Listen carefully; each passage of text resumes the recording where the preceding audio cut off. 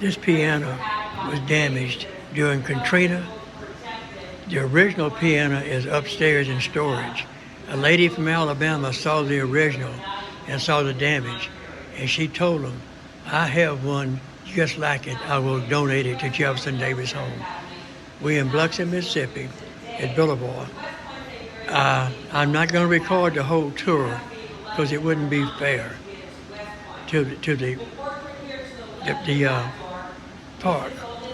But you need, if you're in this area, you need to come see this. It's just a quick overview of one room. There's Jefferson Davis. The photograph on the wall is an original by his daughter. She spoke 5 languages fluently. She played 4 different musical instruments perfectly. And this is where they lived a short time with their daddy before he passed away. He was a very misunderstood man.